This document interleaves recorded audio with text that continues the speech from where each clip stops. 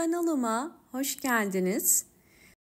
Bugün ilkbaharın gelmesiyle orkidelere nasıl bir bakım yapılır sizlerle paylaşacağım. İlkbahara çiçeksiz giren orkideleri yeniden canlandıracağız. Orkidelere doğal gübreler vererek orkidenin çiçek dalı çıkarmasını destekleyebilirsiniz. Sizlere 3 farklı metot göstereceğim. Hemen orkideler için beraber doğal bir gübre hazırlayacağız. Bunun için ihtiyacım olan bir kase dolusu su ve sodyum bikarbonat. Bunu bir çay kaşığı kadar bir suyun içerisine koyuyorum. Karbonat özellikle sebze ve meyveleri kimyasallardan dezenfekte etmek için çok işe yarar. İyice erittikten sonra bu suyun içerisine bugün kullanacağımız gübreyi ekleyeceğim.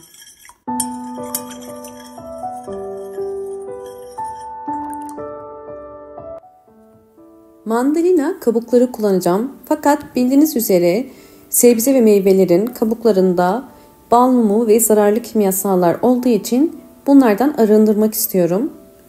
30 dakika karbonatlı suyun içerisinde mandalinaları bekleteceğim.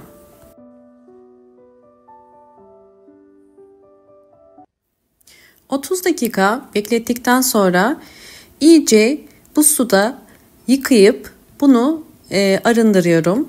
Sizler bunu bir sünger yardımıyla da yapabilirsiniz. Mandalina kabuklarına ihtiyacım var. Bu yüzden kabukları soyuyorum.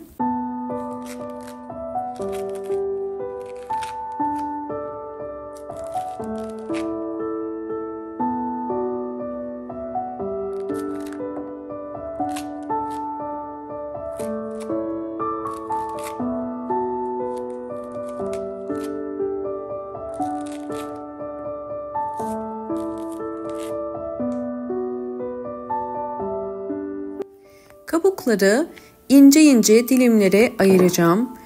Bu işlem özellikle doğal gübrelerde kabuk içerisindeki vitaminlerin daha hızlı suya geçmesine yardımcı olur. Mandalina kabuklarında bol miktarda C vitamini vardır ve bu bitkilerde özellikle kök gelişimi, yaprak gelişimini hızlandırır.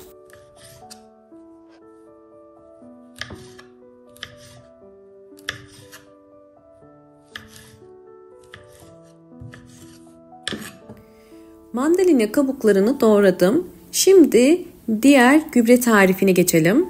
Eğer kanalıma halen abone değilseniz lütfen abone olmayı unutmayın. Abone olmak tamamen ücretsizdir. Ve yeni videolarımdan haberdar olmak için mutlaka zil sesini de açık konuma getirin.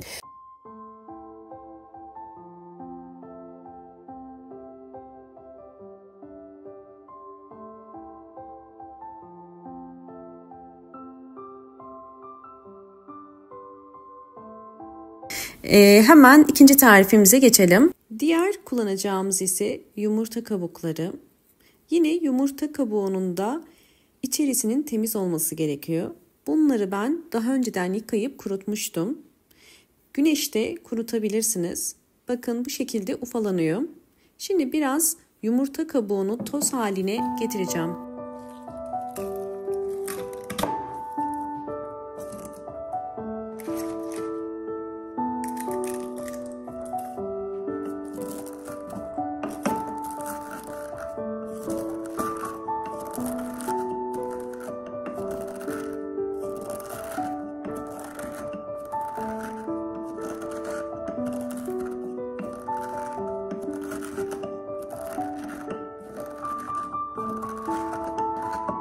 Yumurta kabuklarını toz haline getirdim. Şimdi ikinci aşamaya geçelim.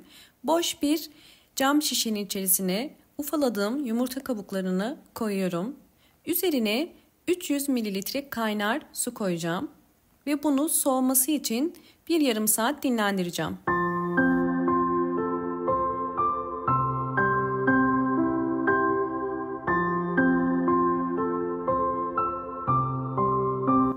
Yumurta kabuğu suyum soğudu. Bu suyun üzerine tekrar çeşme suyu kullanıyorum. Çeşme suyu dinlenmiş bir su, arıtma suyu da olabilir. Toplamda 2 litrelik bir su elde ediyoruz. Kavanoz 2 litrelik. Bakın üzerine bu şekilde suyu ekledim ve şimdi daha önceden doğradığım mandalina kabuklarını da bu suyun içerisine ekliyorum.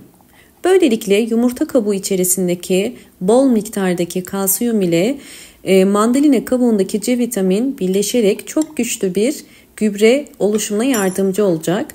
Bu gübrenin ağzını kapatarak serin bir yerde 24 saat bekleteceğiz.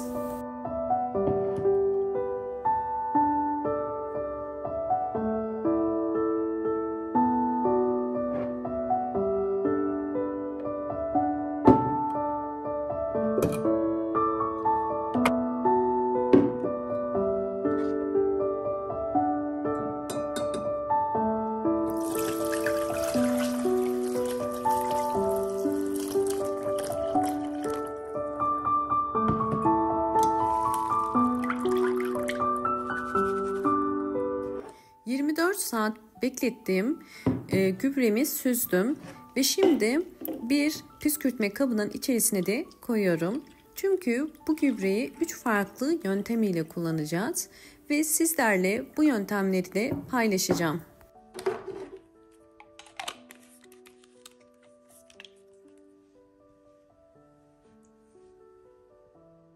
Birinci adıma geçelim. Birinci adımda orkide yapraklarının daha canlı ve parlak olabilmesi için orkidenin yapraklarına hem üstten hem de alttan hazırladığım gübreyi sıkıyorum. Bu gübre sayesinde orkideniz daha canlı olacaktır. Bunu üst kökleri de sıkabilirsiniz. Ve özellikle bu işlemi uygularken yaprak aralarına su birikmemesi için mutlaka bir pamuk ile fazla biriken suyu almasına yardımcı olun. Ve bunu bütün orkidelerime uygulayacağım.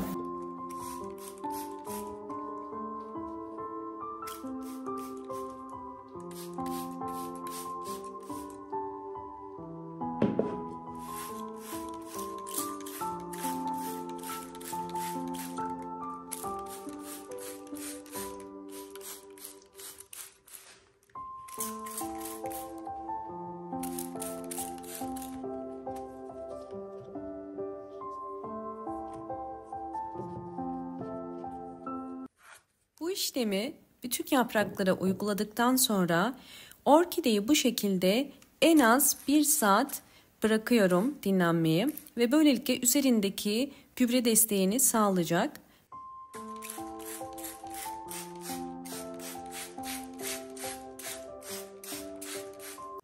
Bir saat bu şekilde beklettiğim orkidelerimin yapraklarını temiz bir pamuk ile siliyorum. Özellikle kış ayında olduğumuz için orkidenin bu tarz uygulamalarda saatlerce ıslak kalmaması gerekiyor.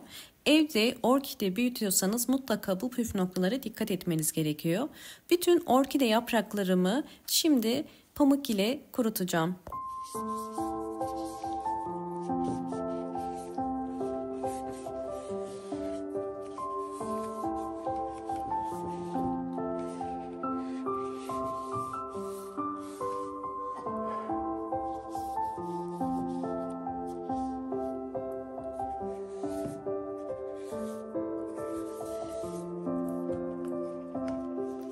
Sizlerle orkidelerimin gelişimlerini de paylaşıyorum.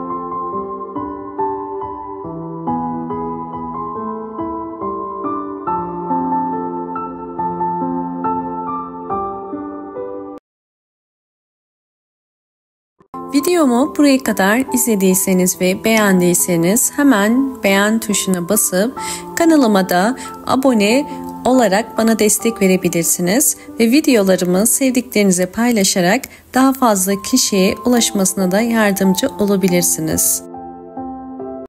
Orkidelerimin tüm gelişimlerini sizlerle paylaştım.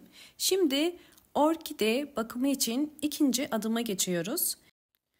İkinci adımda orkidelerin köklerine destek sağlayacağız. Bunun için hazırladığım bu gübreyi, doğal gübremi her bir orkide saksısına en az 8 yemek kaşığı kadar döküyorum. Bu gübreyi orkidelere ayda bir kere dönüşümlü olarak verebilirsiniz. Bu gübreyi sadece orkidelere değil, evdeki bütün çiçeklerinize, salon çiçeklerine ve yeşil yapraklı bütün bitkilere verebilirsiniz. Özellikle bitkinin kök gelişimini ve yaprak gelişimini hızlandırır. Böylelikle çiçeksiz bitkilerin hızlı bir şekilde çiçek açmasına da yardımcı olur. Ve bu işlemi uyguladıktan sonra sizlerle orkidelerimin aylar içerisindeki gelişimlerini tekrardan paylaşacağım.